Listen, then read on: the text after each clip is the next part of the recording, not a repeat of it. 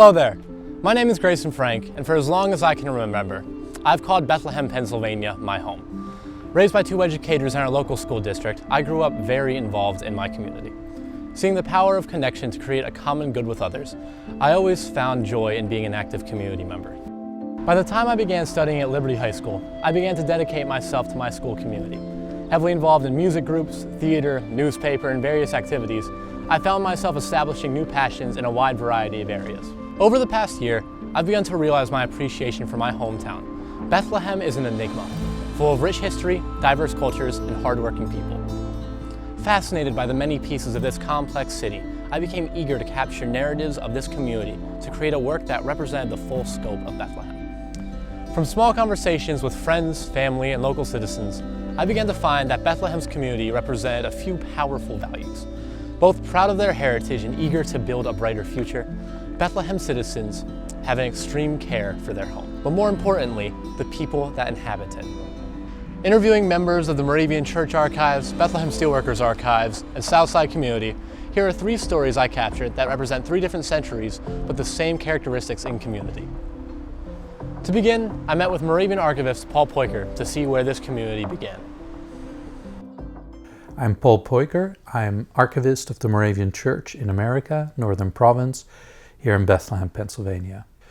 Well, I was born in a Moravian family in the Netherlands, so I grew up Moravian and was very interested in the Moravian Church and got very involved through youth work and at some point decided to work for the church.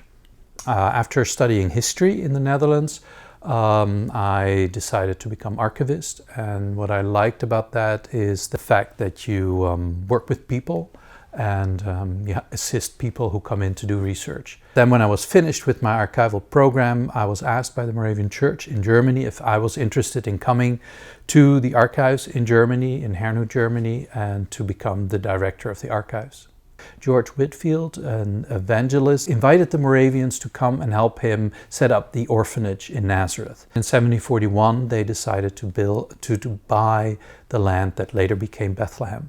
Pennsylvania at the time was a very tolerant state. All religions were allowed here, and that was something that was attractive to the Moravians.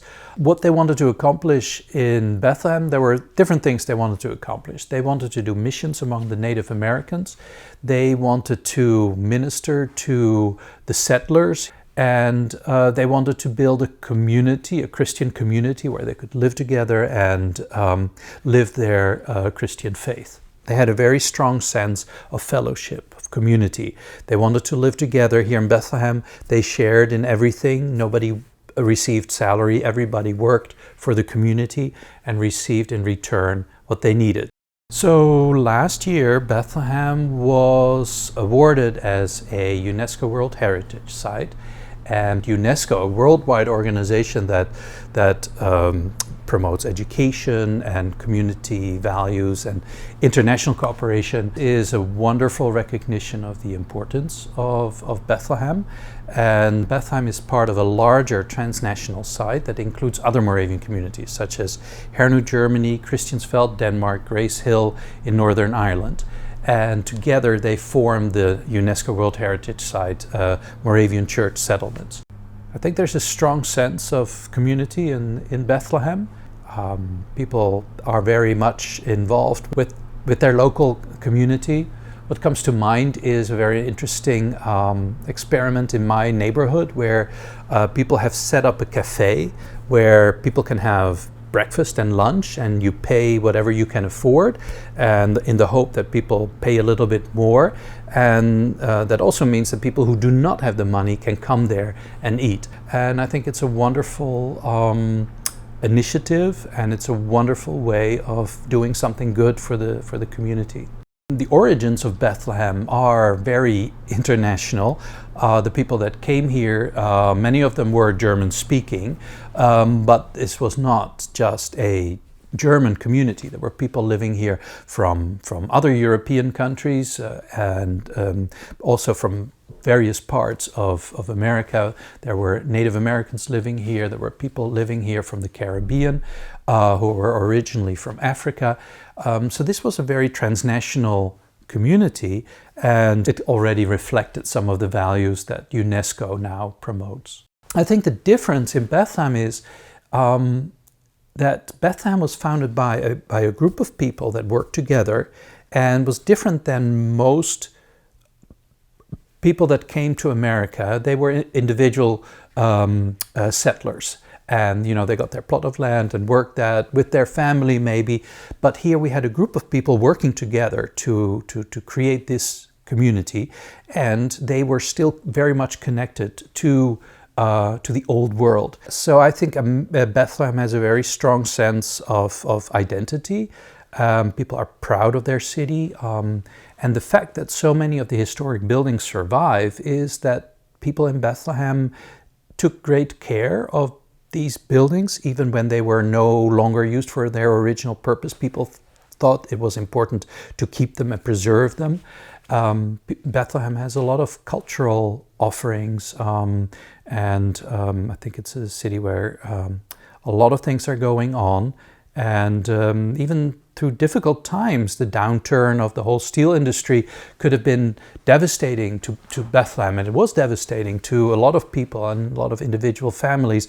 But somehow the city was able to reinvent itself and be as strong as ever. No matter the challenges, Bethlehem stayed persistent. Surviving the downfall of a steel industry icon, Bethlehem always found ways to persevere. Next, I met with the president of the Steelworkers Archives, Joe Mayer, to further understand this industry's impact before and after its unfortunate closure. My name is Joe Mayer, and I am the president of the Steelworkers Archives for the last 6 years.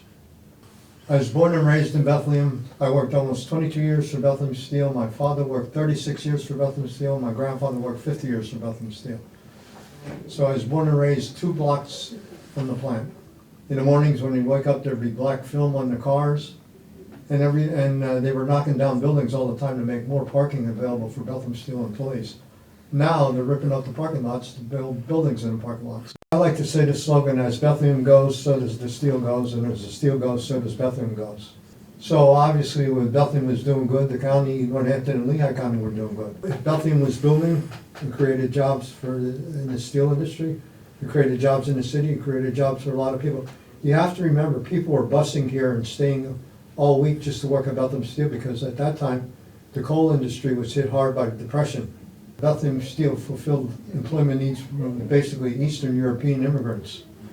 Later on, the valley became more diversified, and we were getting employees from all over the Lehigh Valley. So it wasn't only Eastern Europe, but that initially was started with Eastern European immigrants. Our diversification going into warehousing, casinos, and service sector saved the Lehigh Valley. And you could go work at Mack Truck Shed, you could work at Lucent Technologies. There are a lot of different places you could go as far as Bethlehem Steel goes.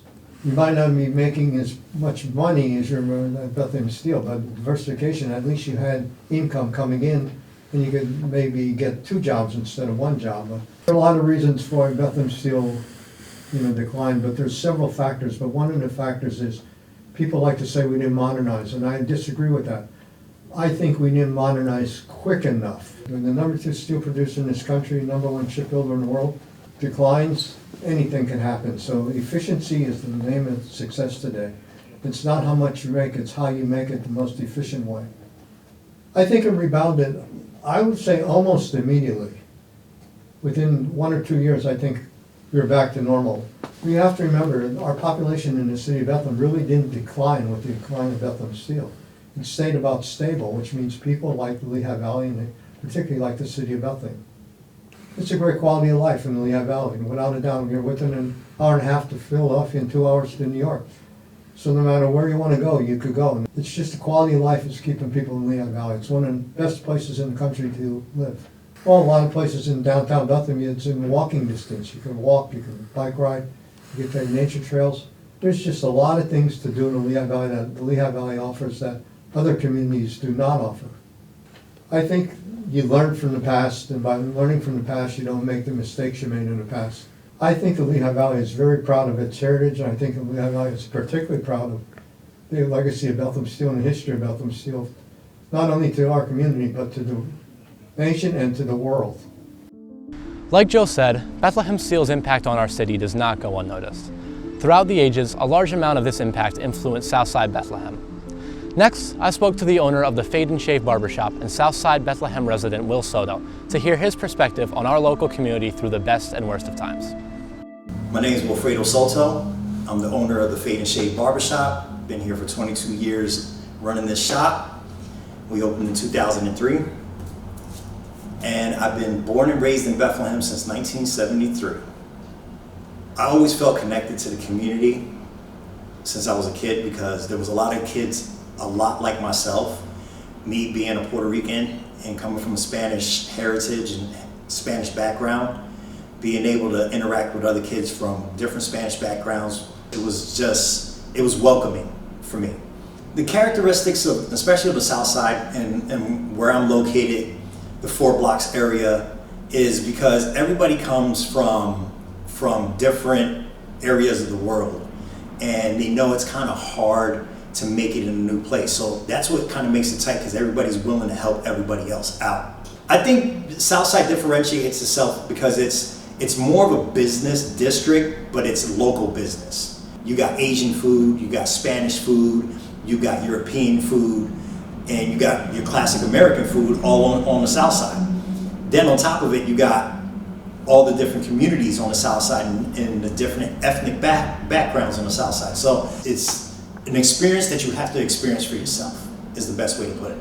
Like, you have to hang out here on the South Side, come over here maybe first Fridays of the month, walk into these different shops or different spots that you normally wouldn't even go into, and just feel the vibe that's going on in those shops, and see how everybody's interacting with each other and how different backgrounds and different walks of life commingle together. And that's what makes Southside so great. People are fascinated to see what other people, how they grew up, or how they do things and how they celebrate things, or just how they do things on day-to-day life. And it's that curiosity that brings the people together. They want to know where you come from, what you're doing, and how do you do it, and what do you eat on a regular basis, why is it so good. It's that curiosity. If you grew up in Bethlehem, South Side, North Side, West Side, East Side, doesn't matter where you're at, you're proud of Bethlehem. You're proud of the school district.